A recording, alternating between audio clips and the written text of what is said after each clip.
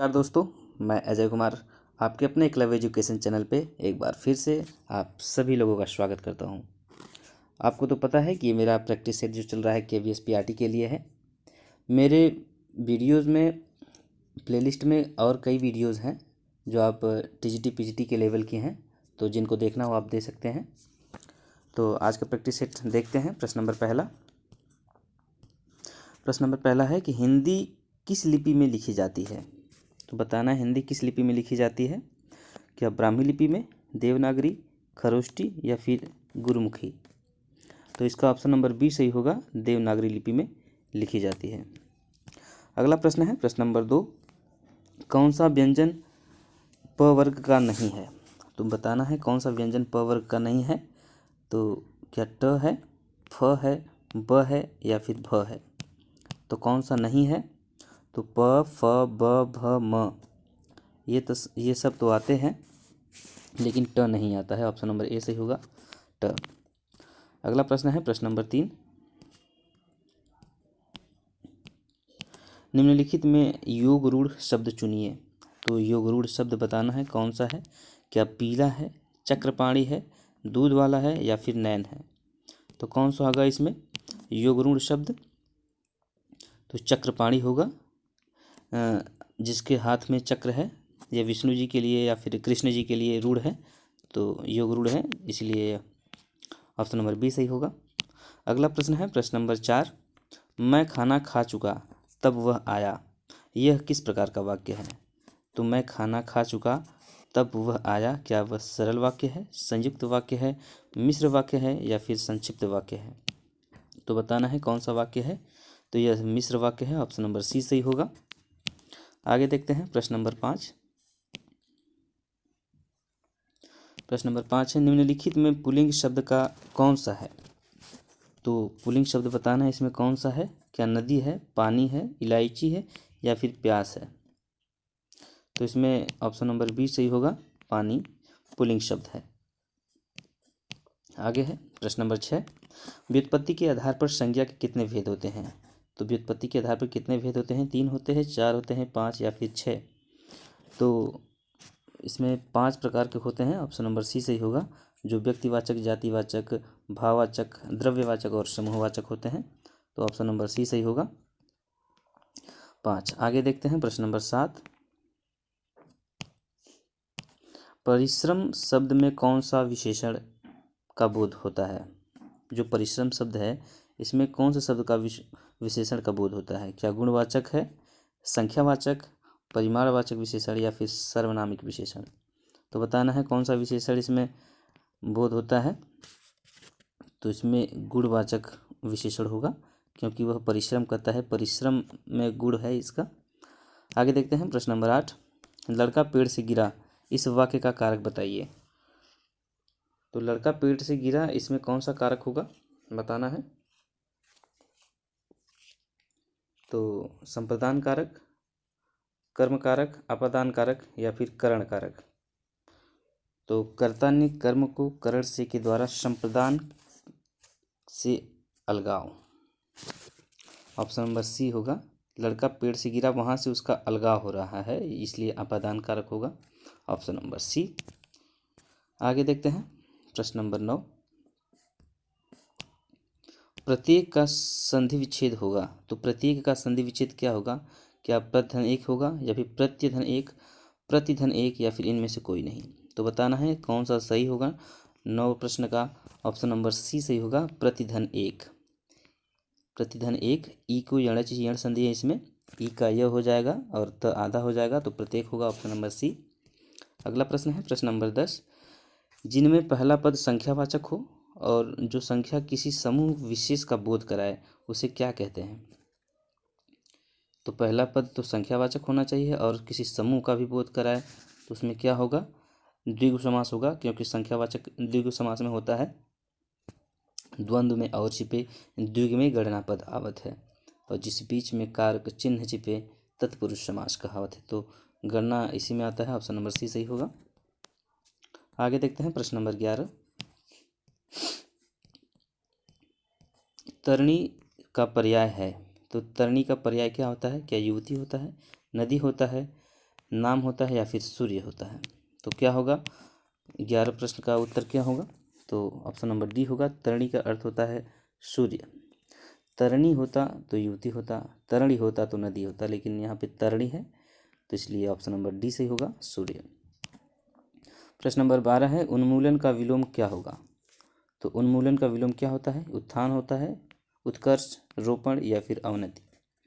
तो इसका option number C सही होगा, रोपण। उत्थान का, उन्मूलन का रोपण। अगला प्रश्न है प्रश्न नंबर 13, कार्य शब्द का तद्भव रूप बताइए। तो कार्य शब्द का तद्भव रूप क्या होता है? काज होता है, काम होता है, सेवा या फिर कारज। तो बताना है कि कार्य का तद्भव क्या होगा। तो कार्य का तद्भव काज होता है, ऑप्शन नंबर ए सही होगा, काज। दोस्तों ये हमारी जो प्रैक्टिस सेट चल रही है, आप बने रहिए। अगर आप नए हैं तो मेरे चैनल को सब्सक्राइब कर लीजिए और शेयर भी कर दीजिए। आप लोग वीडियोस तो देखते हैं पर लाइक नहीं करते, तो लाइक भी करते चलिए और बने रहिए मेरे साथ KVS तक। आगे देखते हैं प्रश्न नंबर 14, मोर का तत्सम शब्द होगा। तो मोर का तत्सम शब्द क्या होता है? मयूर होता है, मयूर या मोयूर या मऊर। तो बताना है कौन सा होगा मयूर का तत्सम, मोर का तत्सम। देखिए मैंने खुद बोल दिया गलती से, तो ऑप्शन नंबर बी सही होगा, मयूर। अगला प्रश्न देखते हैं प्रश्न नंबर 15। 15 नंबर है प्रश्न, सजावट शब्द का प्रत्यय बताइए। तो सजावट शब्द में कौन सा प्रत्यय है? आव प्रत्यय है या आवड़ प्रत्यय है, आहट या टा। तो इसमें ऑप्शन नंबर बी सही होगा, सजावट में आवड़ प्रत्यय है। अगला प्रश्न है स्वयंवर शब्द कौन सा उपसर्ग प्रयुक्त है? तो बताइए स्वयंवर शब्द में कौन सा उपसर्ग है? स्व है या स है, स्वयं है या फिर सम है। तो बताना है कौन सा प्रत्यय है। तो स्वयंवर में स्वयं उपसर्ग है और मूल शब्द वर है, तो इसमें स्वयं उपसर्ग होगा, ऑप्शन नंबर सी। आगे देखते हैं प्रश्न नंबर 17। 17 नंबर प्रश्न है शुद्ध शब्द बताना है। तो शुद्ध शब्द है, तो शुद्ध शब्द कौन सा है? इस प्रश्न को मैंने पिछले प्रैक्टिस सेट में भी लिया था। तो क्या उज्ज्वल है या उज्ज्वल, उज्ज्वल है, उज्ज्वल या फिर उज्ज्वल। तो कौन सा सही होगा? इसमें ऑप्शन नंबर डी सही होगा, उज्ज्वल। डबल ज रहेगा, दोनों आधा रहेगा। आगे देखते हैं प्रश्न नंबर 18, इंद्रियों को जीतने वाला, इंद्रियों को जीतने वाले को एक शब्द में क्या कहेंगे? दूरदर्शी कहेंगे, दत्तचित्त कहेंगे, कुशाग्र बुद्धि या फिर जितेंद्रिय। जैसा कि इसमें समझ में भी आ रहा है कि ऑप्शन नंबर डी सही होगा, इंद्रियों को जीतने वाला जितेंद्रिय कहलाता है। अगला प्रश्न है प्रश्न नंबर 19, कान का कच्चा होने का अर्थ है। तो कान का कच्चा होने का अर्थ क्या है? कम सुनना, सुनी बात पर विश्वास करना, दूसरों की बात मानना या फिर कान कमज़ोर होना। तो इसका उत्तर होगा, या अर्थ कह लीजिए, इसका अर्थ होगा सुनी सुनाई बात पर विश्वास करना, ऑप्शन नंबर बी। अगला प्रश्न है प्रश्न नंबर 20, घड़ों पानी पड़ना मुहावरे का सही अर्थ है। तो इस मुहावरे का सही अर्थ क्या होगा? लज्जित होना, कीचड़ होना, हार मान लेना या फिर घड़े से नहाना। तो इसका ऑप्शन नंबर ए सही होगा, घड़ों पानी भरना यानी लज्जित होना। आगे देखते हैं प्रश्न नंबर 24 है,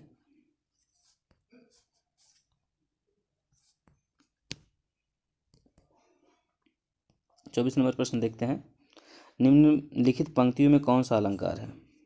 तो निम्नलिखित पंक्तियों में अलंकार बताना है, फूले कास सकल महिछाई, जनु वर्षा ऋतु प्रकट बुढ़ाई।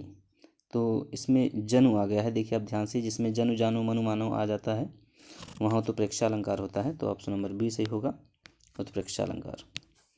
अगला प्रश्न है प्रश्न नंबर 25, भाषा शिक्षण की किस विधि में लक्ष्य भाषा सिखाते समय मातृभाषा का प्रयोग नहीं किया जाता? ये काफ़ी महत्वपूर्ण है, जो पेडागॉजी में शिक्षण में पूछता है ऐसा प्रश्न। तो देख लीजिए, भाषा शिक्षण की किस विधि में लक्ष्य भाषा सिखाते समय मातृभाषा का प्रयोग नहीं किया जाता? क्या अप्रत्यक्ष विधि है, या व्याकरण विधि, अनुवाद विधि, या फिर प्रत्यक्ष विधि?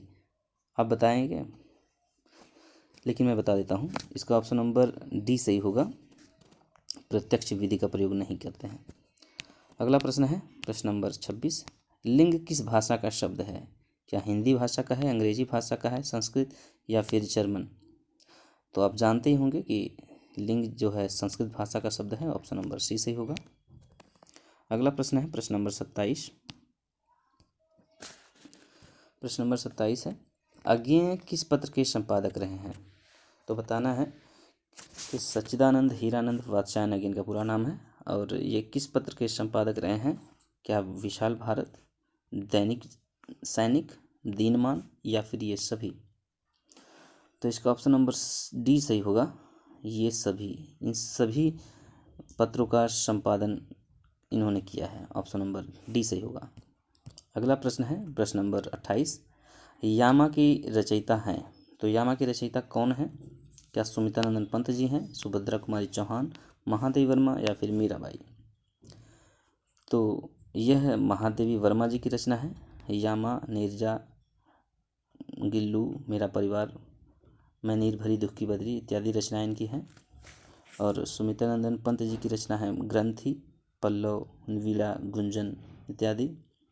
और सुभद्रा कुमारी चौहान जी की रचना है त्रिधारा, मुकुल, झांसी की रानी। और मीराबाई जी की रचना है नरसिंह जी का मारा, गीत गोविंद का टीका, और राग गोविंद। गीत गोविंद है जो वह जयदेव जी की रचना है, लेकिन गीत गोविंद का टीका यह मीराबाई जी की रचना है। तो इसका ऑप्शन नंबर सी सही होगा, महादेवी वर्मा। आगे देखते हैं प्रश्न नंबर 29।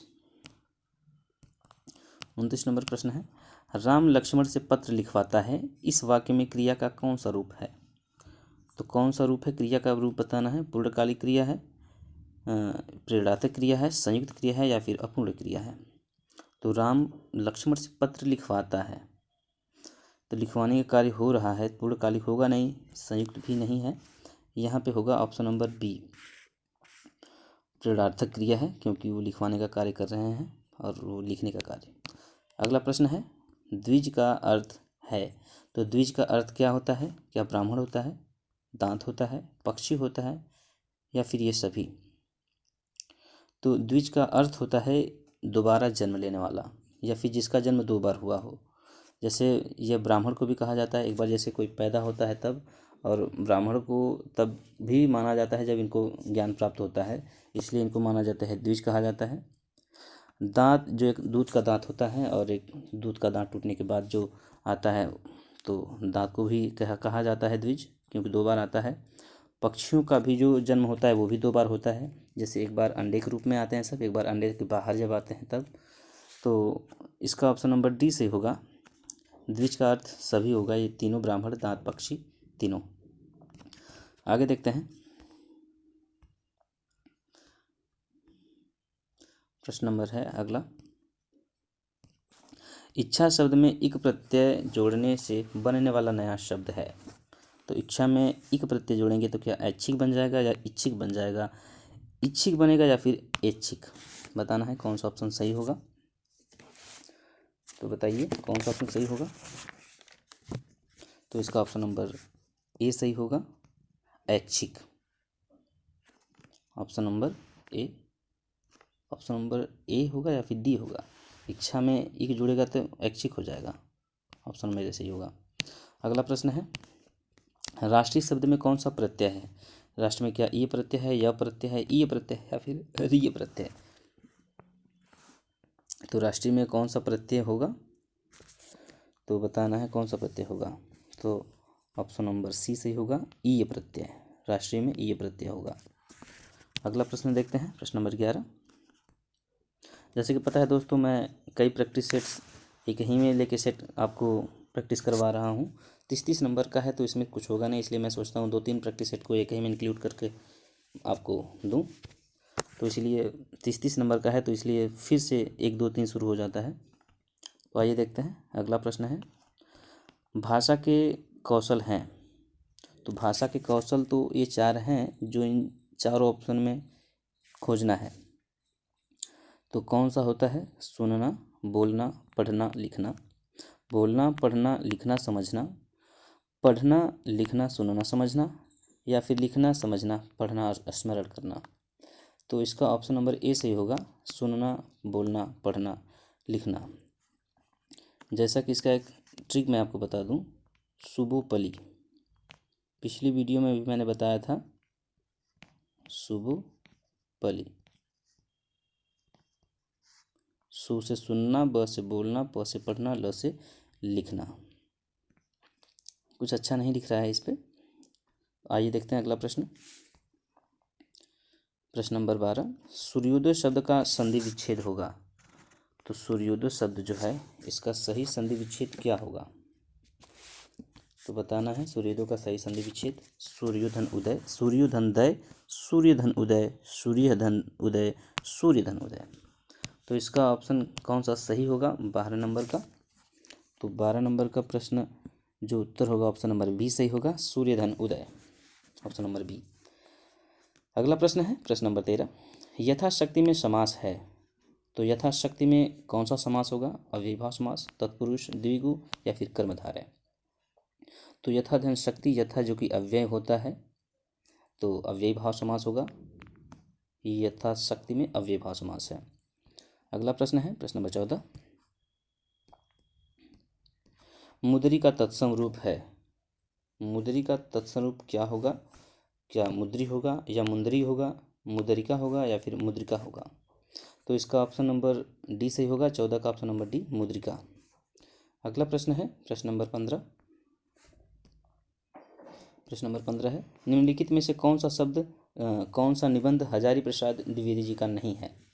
तो हजारी प्रसाद द्विवेदी जी का निबंध नहीं है, ये बताना है। अशोक के फूल ये हैं, कुटज भी इन्हीं की है, विचार और वितर्क भी इन्हीं के हैं। तो ऑप्शन नंबर डी सही होगा, वृत्त और विकास इनकी निबंध नहीं है। आगे देखते हैं प्रश्न नंबर 16। प्रश्न नंबर 16 है, हिंदी की आदि जननी है। तो हिंदी की आदि जननी किसे कहा जाता है, क्या संस्कृत को, पाली को, प्राकृत को, या फिर अपभ्रंश को। तो इसका ऑप्शन नंबर ए सही होगा, संस्कृत होगा हिंदी की आदि जननी। जैसे संस्कृत से पाली निकला, फिर पाली से प्राकृत, प्राकृत से अपभ्रंश, अपभ्रंश से अवहट्ट, फिर हिंदी। वैसे तो इसकी नानी की नानी परनानी हो जाएगी, लेकिन इसे आदि जननी ही कहा जाता है। आगे देखते हैं प्रश्न नंबर 17, तेरी बरछीने बरछीने हैं खलंके। इस पंक्ति में कौन सा रस है, कौन सा अलंकार है, सॉरी कौन सा अलंकार है, अलंकार पूछा है। तो तेरी बरछीने बरछीने हैं, इसमें कौन सा अलंकार है, क्या रूपक है, अनुप्रास है, श्लेष है, या फिर यमक है। तो एक बरछी यहाँ आया है, एक बरछी यहाँ आया है, तो यहाँ पे दोनों बरछी का अर्थ अलग अलग है। तो ऑप्शन नंबर डी सही होगा, यमक अलंकार। आगे देखते हैं प्रश्न नंबर 18। रुकिए दोस्तों, नीचे चला गया है, हाँ यहाँ आ गया, अब सही है। आइए देखते हैं प्रश्न नंबर 18। प्रश्न नंबर 18 है, चौपाई छंद के प्रत्येक चरण में कितनी मात्राएं होती हैं। जो चौपाई छंद होता है उसमें कितनी मात्राएं होती हैं, क्या 24 होती हैं, 16 होती हैं, 11 होती हैं, या फिर 13 होती हैं। तो ऑप्शन नंबर बी सही होगा, 16 मात्राएं होती हैं। अगला प्रश्न है प्रश्न नंबर 19, परमाल रासो किसके द्वारा रचित है। तो परमाल रासो किसके द्वारा रचित है बताना है, क्या नल सिंह द्वारा, या फिर नरपति, चंद्रबरदाई, या फिर जगनिक द्वारा। तो ऑप्शन नंबर डी सही होगा, जगनिक की रचना है परमाल रासो। अगला देखते हैं प्रश्न नंबर 20, उत्कर्ष शब्द का विलोम है। तो उत्कर्ष शब्द का विलोम क्या होगा, तो बताना है उत्कर्ष का विलोम क्या होगा, क्या पतन होगा, अपकर्ष होगा, अपभ्रष्ट होगा, या फिर विकर्ष होगा। तो ऑप्शन नंबर बी सही होगा, उत्कर्ष का अपकर्ष। आगे देखते हैं प्रश्न नंबर, फिर से तीसरी सीरीज का पहला प्रश्न है। तो ङ का उच्चारण स्थान होता है। तो ङ का उच्चारण स्थान पूछा है, तो बताना है ङ का उच्चारण स्थान क्या है, क्या नासिक्य है, कंठस्थ है, मूर्धन्य है, या फिर कंठ तालव्य है। तो इसका ऑप्शन नंबर ए सही होगा, नासिक्य। जैसा कि आप जानते हैं ङ य ण न म जो होता है ये नासिक व्यंजन है, जो कि पंचमाक्षर भी होते हैं। अगला प्रश्न है रामचरितमानस। रामचरितमानस की भाषा है तो क्या भाषा है? अवधी है, ब्रज है, मैथिली है या फिर खड़ी बोली है? रामचरितमानस जो कि तुलसीदास जी की रचना है, यह अवधी भाषा में लिखी गई है। ऑप्शन नंबर ए सही होगा। अगला प्रश्न देखते हैं, प्रश्न नंबर 3। लाश शब्द किस मूल भाषा का है? जो लाश शब्द है यह किस मूल भाषा का शब्द है? क्या अरबी है, फारसी है, तुर्की है या फिर संस्कृत है? तो इसका ऑप्शन नंबर बी सही होगा, यह फारसी भाषा का शब्द है। अगला प्रश्न है हर्ष का विलोम है तो हर्ष का विलोम क्या होता है? खुशी होता है, विषाद होता है, उल्लास होता है या फिर आनंद होता है? तो हर्ष का विलोम क्या होगा? तो इसका विलोम विषाद होता है। ऑप्शन नंबर बी सही होगा। आगे देखते हैं, प्रश्न नंबर 5। गोधूम शब्द का तद्भव है। गोधूम शब्द का तद्भव क्या होता है? क्या गेहूँ होता है, गाय होता है, गोबर होता है या गोधन होता है? तो गोधूम का अर्थ गेहूँ होता है, यह तद्भव है, गोधूम का तद्भव गेहूँ। Option number A. आगे देखते हैं, प्रश्न नंबर 6। आग का पर्यायवाची शब्द है तो आग का पर्यायवाची शब्द क्या है? अनल है, अनिल है, रजनी है या फिर नभ है? तो देखिए, नभ जो होता है आकाश का होता है, अनिल जो होता है वह हवा का पर्यायवाची है, रजनी रात की पर्यायवाची है, परंतु जो आग है वह अनिल का पर्यायवाची होता है। ऑप्शन नंबर ए सही होगा। आगे देखते हैं, प्रश्न नंबर 7।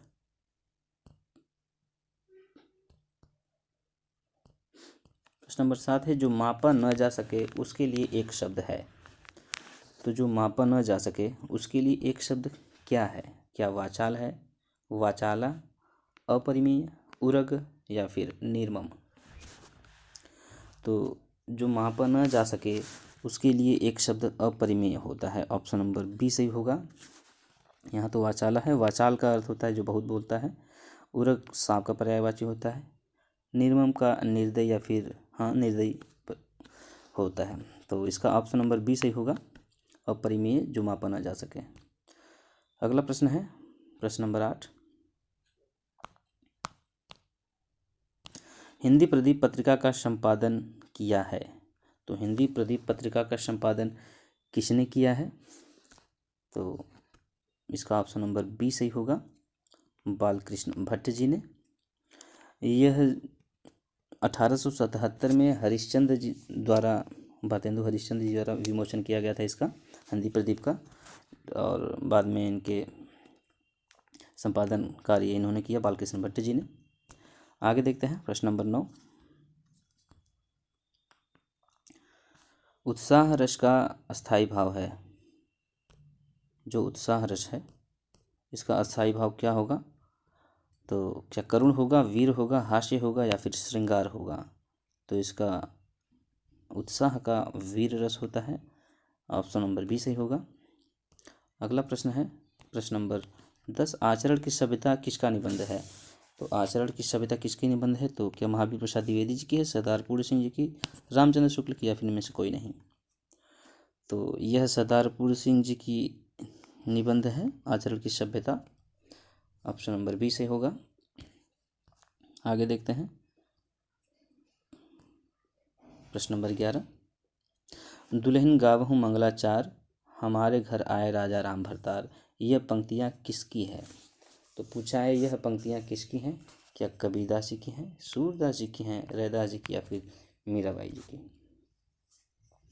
अक्सर लोग इनमें कंफ्यूज हो जाते हैं, कुछ लोग तुलसीदास जी को मार देते हैं, लेकिन इसका ऑप्शन नंबर ए सही होगा, कबीरदास। आगे देखते हैं, प्रश्न नंबर 12।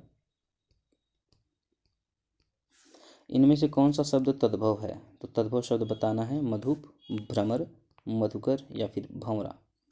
तो कौन सा शब्द तद्भव है? मधुप भी तत्सम होता है, भ्रमर भी तत्सम, मधुकर भी तत्सम। हालांकि यह भंवरे का पर्यायवाची ही है, लेकिन भंवरा ही ये तद्भव शब्द है। ऑप्शन नंबर डी सही होगा। अगला प्रश्न है, एक अनार 100 बीमार, यह एक क्या है? मुहावरा है, वाक्य है, वाक्यांश है या फिर लोकोक्ति है? एक अनार 100 बीमार, यह क्या है? जो मुहावरा होता है उसके अंत में ना आता है, लेकिन इसके अंत में नहीं आया है, तो इसमें लोकोक्ति होगा यह, ऑप्शन नंबर डी सही होगा। आगे देखते हैं प्रश्न नंबर 14। जीवन पर्यंत शब्द का अर्थ है। जीवन पर्यंत शब्द का अर्थ क्या होता है? क्या जीवन भर, जीवन का अंत, सुखी जीवन का अंत, या फिर जीवन और परिवार? तो इसका उत्तर बताना है कौन सा सही होगा। तो इसका उत्तर ऑप्शन नंबर ए सही होगा, जीवन पर्यंत यानी जीवन भर। अगला प्रश्न है, उत्सुकता शब्द में प्रत्यय है, तो उत्सुकता शब्द में कौन सा प्रत्यय होगा? क्या उत प्रत्यय होगा, सु प्रत्यय होगा, ता प्रत्यय होगा, या फिर कता प्रत्यय होगा? उत्सुकता में मूल शब्द है उत्सुक, और इसमें ता प्रत्यय लगा है, ऑप्शन नंबर सी सही होगा, उत्सुकता, ऑप्शन नंबर सी। अगला प्रश्न है प्रश्न नंबर 16। मनोरंजक शब्द है, तो मनोरंजक शब्द क्या है? क्रिया है, विशेषण है, सर्वनाम है, या फिर संज्ञा है? तो मनोरंजक शब्द जो है वह विशेषण है, विशेषता बताता है किसी कार्य को कि यह मनोरंजक कार्य है, इसलिए यह विशेषण है, ऑप्शन नंबर बी। अगला प्रश्न है प्रश्न नंबर 17। मृगावती किसकी रचना है? तो बताना है मृगावती किसकी रचना है। क्या उस्मान जी की है, मंझन जी का है, कुतुबन का है, या फिर जायसी जी का है? तो यह कुतुबन जी की रचना है मृगावती, ऑप्शन नंबर सी सही होगा। उस्मान जी की रचना है चित्रावली, मंझन जी की रचना है मधुमालती, और मलिक मोहम्मद जायसी जी की रचना है पद्मावत, अखरावट, आखिरी कलाम, और शायद चित्ररेखा। आगे देखते हैं प्रश्न नंबर 18। आनंद कादम्बिनी के संपादक हैं, तो आनंद कादम्बिनी के संपादक कौन हैं? क्या बाबू महादेव सेठ हैं, चंद्रदत्त शर्मा गुलेरी जी हैं, बद्री नारायण चौधरी प्रेमघन हैं, या फिर इनमें से कोई नहीं? तो इसका ऑप्शन नंबर सी सही होगा, बद्री नारायण चौधरी प्रेमघन इनका संपादक हैं, और इनका संपादन कार्य 1881 ईस्वी में शुरू हुआ था, 1881 में। आगे देखते हैं प्रश्न नंबर 19। धातु में प्रत्यय जोड़ने पर शब्द कहलाते हैं। जब धातु में प्रत्यय जोड़ते हैं तो उस शब्द को क्या कहा जाता है? क्या विशेषण कहते हैं, कृदंत कहते हैं, क्रिया कहते हैं, या फिर तद्धितांत कहते हैं? तो बताइए 19 का कौन सा उत्तर सही होगा। तो उसे कृदंत कहते हैं, धातु में प्रत्यय जोड़ते हैं उसे कृदंत कहते हैं।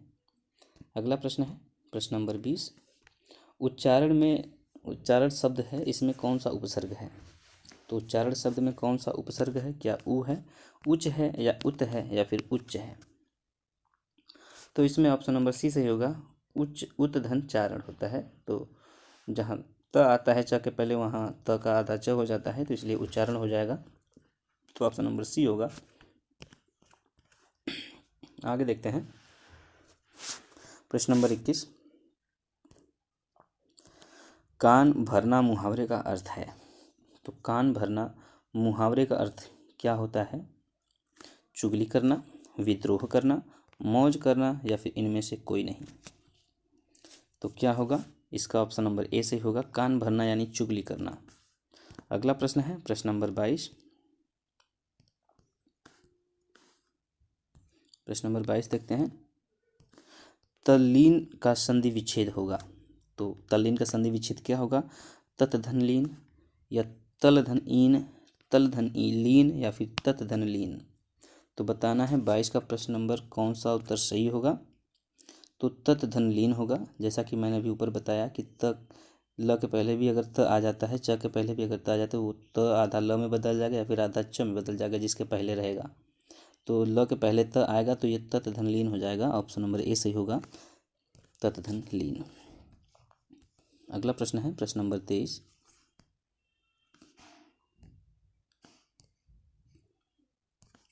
युधिष्ठिर में कौन सा समास है?